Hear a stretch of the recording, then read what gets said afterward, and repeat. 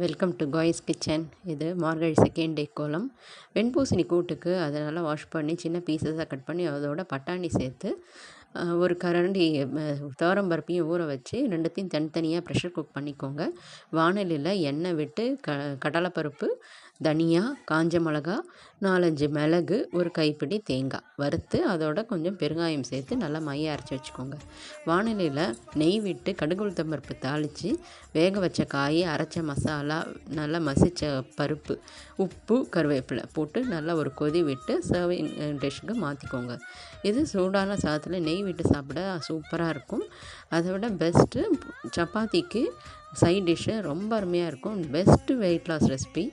ஏன்னா இது நீர் காய்ன்றதுனால நம்மளுக்கு வெயிட் லாஸ்க்கு ரொம்பவே ஹெல்ப் பண்ணும். ஸோ ட்ரை பண்ணி பார்த்துட்டு எப்படி இருக்குன்னு சொல்லுங்கள். தேங்க்யூ.